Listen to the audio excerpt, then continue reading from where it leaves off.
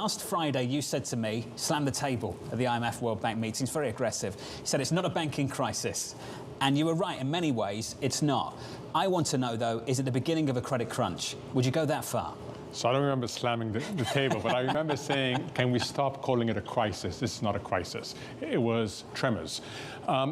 I will disappoint you by saying this is not a credit crunch, this is a credit contraction. And there is a difference. A credit crunch is economy-wide, it has massive implication.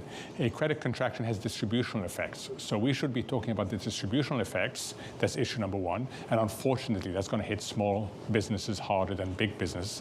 And then the second issue we should be talking about is what the numbers are telling us, which is certain models are incredibly pressured in a world of higher rates for longer. And that's the world we're in right now. So what these numbers are telling us in the NIMs, and then we're going to see the cost of doing business go up, and then we're going to see capital requirements go up. It's just going to be harder for those banks to operate in this environment. It goes back to that phrase we used at the top of the hour, surviving and not thriving. A big question we've asked repeatedly over the last month, and we've all been trying to answer it.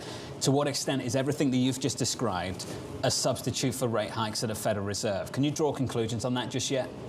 I think it's hard to draw. There will be some substitute, but as you know, the estimates go from 25 basis points to 200 basis points. I think 200 basis points sounds way too much. I think it's probably more in the 25 to 50.